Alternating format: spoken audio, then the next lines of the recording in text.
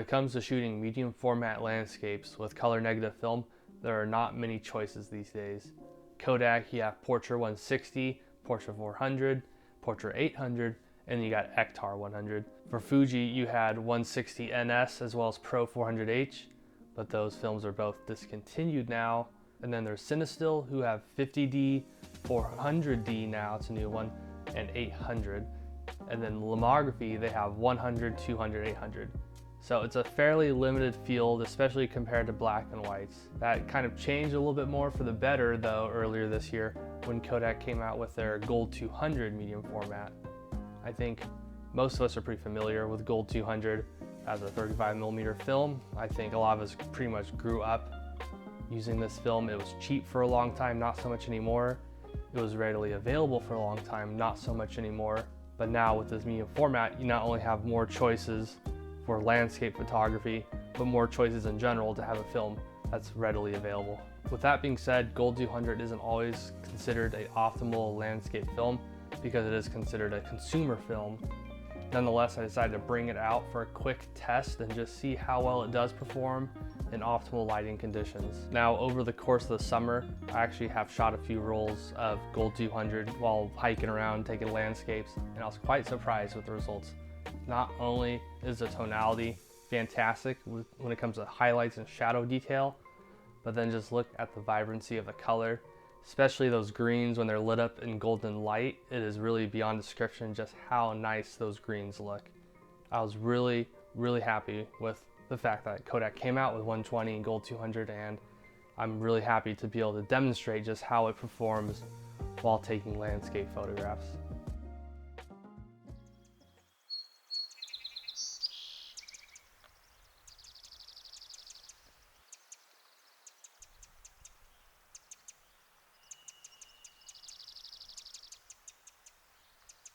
Beautiful day here in Lassen National Park.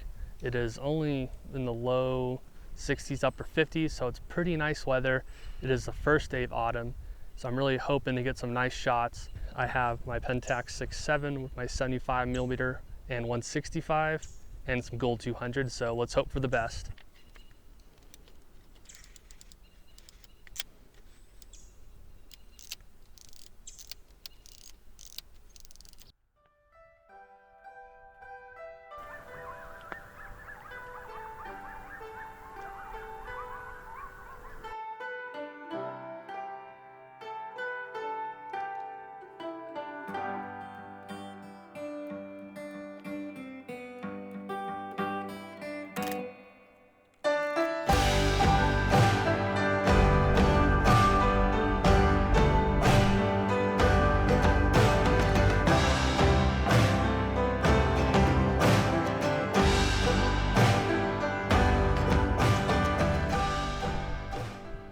What a gorgeous spot here. Wow. Dead silent.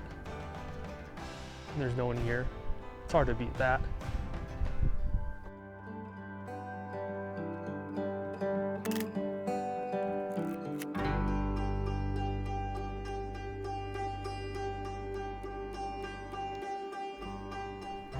Now this is one hell of a view right here. Look at that water. I reckon I'll get one more shot of this lake. Just gotta deal with the flare up here. There we go, that's the ticket. And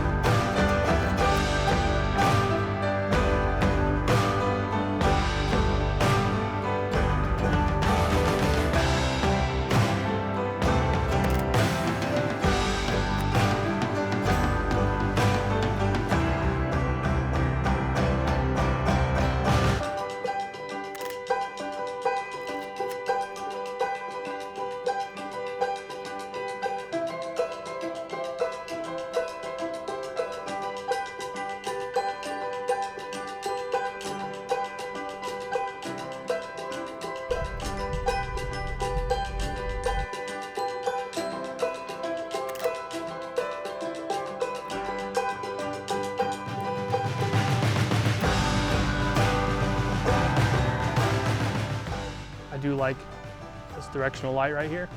Let's see if it turns out decent.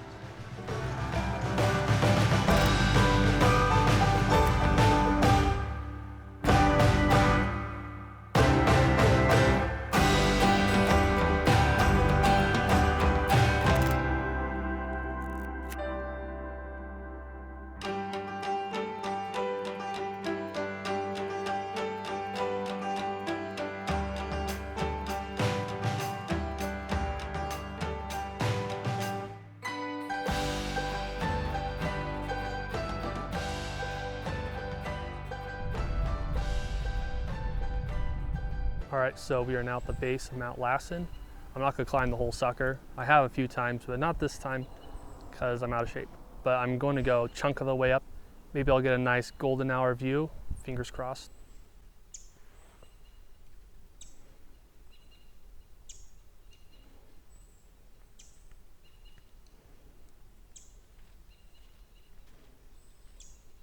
So this is the shot that I wanted all along when I came up here. I remember hiking up Mount Lassen that you would see a nice framing between these trees on this first ridge on the way up. So should have brought my tripod because I'm gonna have to shoot this pretty much at like the slowest handheld setting possible. Nonetheless, you can see here why I came up to this spot. I think the framing, the lighting, and then you have Mount Brokaw way in the distance there. It's really hard to beat.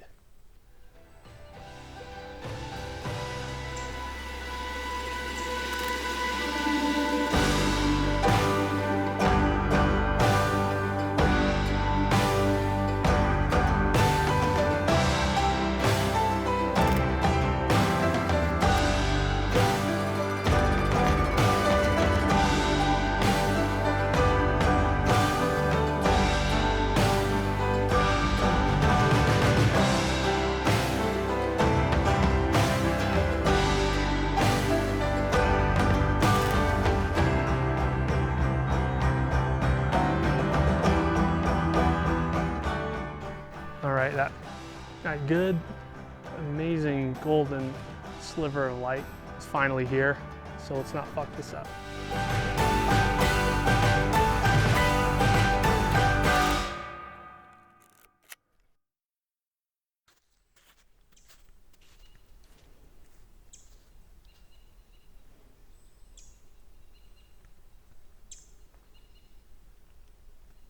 You can literally see the light fading as we speak, and I only got a couple shots left. So let's get these real quick, and then we'll see what we do next.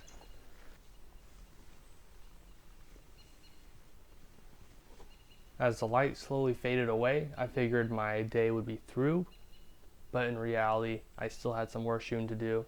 At this point, I was a little lazy, and I didn't film any of it, but I got some great shots of that alpenglow hitting Mount Lassen, as well as just some really stunning, very twilight, very end of the sunset light. So now you're able to see just how nice Gold 200 looks when taking landscape photographs. The tonality, the highlights, the shadows, the greens. It's freaking amazing film to shoot. I mean, I'm so happy that they brought it out in 120 because it is just such an underrated film stock, already a 35mm, and here you have it with 120 readily available and slightly cheaper than the Portra stocks especially. Nonetheless, I hope you enjoyed the video and I'm looking forward to making some more.